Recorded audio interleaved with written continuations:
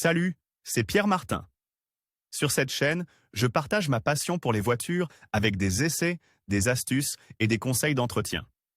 Revenons donc au sujet de la Les vidéo. années 70 ont vu naître les premiers ordinateurs, de nouvelles expériences, mais aussi des voitures uniques. Voici 7 modèles qui résument parfaitement l'histoire de cette décennie. Les années 70, le rôle de l'automobile. Si les années 70 ont bien démarré, elles ont été frappées par la crise pétrolière, qui n'a pas stoppé l'économie, mais a permis d'initier le concept d'économie d'énergie, avec la réduction des déplacements et des trajets en voiture le dimanche. Le monde des 4 roues a été touché, mais a réagi comme toujours par de nouvelles initiatives, notamment des programmes techniques visant à réduire la consommation de carburant et de nouveaux modèles plus compacts et plus efficaces. L'industrie automobile des années 1970 se stabilise, les petites marques sont absorbées par les plus grandes et les premiers véritables géants de l'automobile voient le jour. Les premières voitures japonaises arrivent sur le marché italien, mais elles vivent d'excès. D'un côté, des voitures rationnelles pour les familles, de l'autre, des voitures de sport de plus en plus puissantes. C'est pour ces raisons que certains modèles destinés à entrer dans l'histoire sont nés au cours de cette période, les années 1970. Les années 70, 7 modèles inoubliables. Voici 7 voitures qui ont marqué l'histoire des années 70, selon nous. Certaines voitures emblématiques des années 1970 ont donné naissance à de véritables dynasties, tandis que d'autres sont restées sans héritier. Parmi ces dernières, citons la Citroën SM, présentée au Salon de Genève en mars 1970 avec le V6 italien conçu par Maserati. L'entreprise venait de passer sous le contrôle du constructeur français, et le sigle SM signifie Sport Maserati. Dotée d'une direction à rapport variable et de feux de virage, elle est l'héritière directe de la célèbre DS, avec laquelle elle partage la suspension hydropneumatique. La Citroën SM s'est arrêtée en 1975,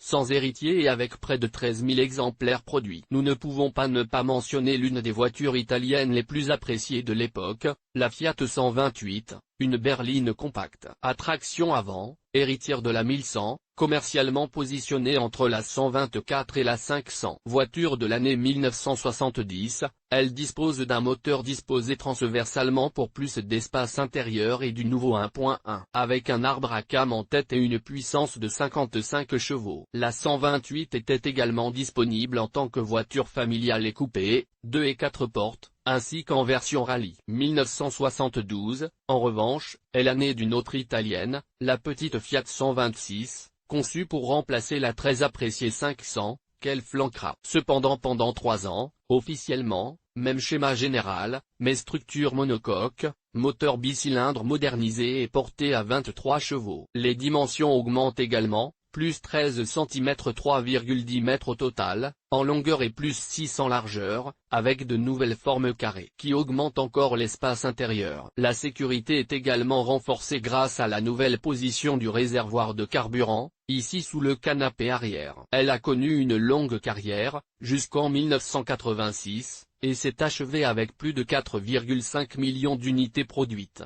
dont les 3/4 en Pologne, de 73 à 79. Mais parlons maintenant d'une véritable révolution, destinée à rester dans l'histoire de l'automobile avec sa dynastie qui s'est imposée avec succès jusqu'à nos jours. Il s'agit de la Volkswagen Golf, 1974, précédée en 73 par sa grande sœur la Passat et suivie en 75 par la plus petite Polo. La Golf est certes une vraie allemande, mais sa ligne est le fruit du crayon de Giorgio Giugiaro, Ital Design, et la mécanique est fortement inspirée de la Fiat 128. En 1976 est née la très appréciée version GTI, 1.6 de 110 chevaux avec boîte de vitesse à 4 rapports, qui a toujours été caractérisée par le profil rouge de la calandre et les sièges en tissu écossais. Passons à un niveau supérieur, économiquement, et faisons connaissance avec une autre légende de l'automobile des années 1970, la Lamborghini Countach, une voiture de sport qui fait monter l'adrénaline. Remplaçante de l'emblématique Miura, elle a défié les supercars à moteur arrière et est restée sur le marché jusqu'en 89. Une autre véritable voiture de sport de luxe était la Ferrari Dino 246,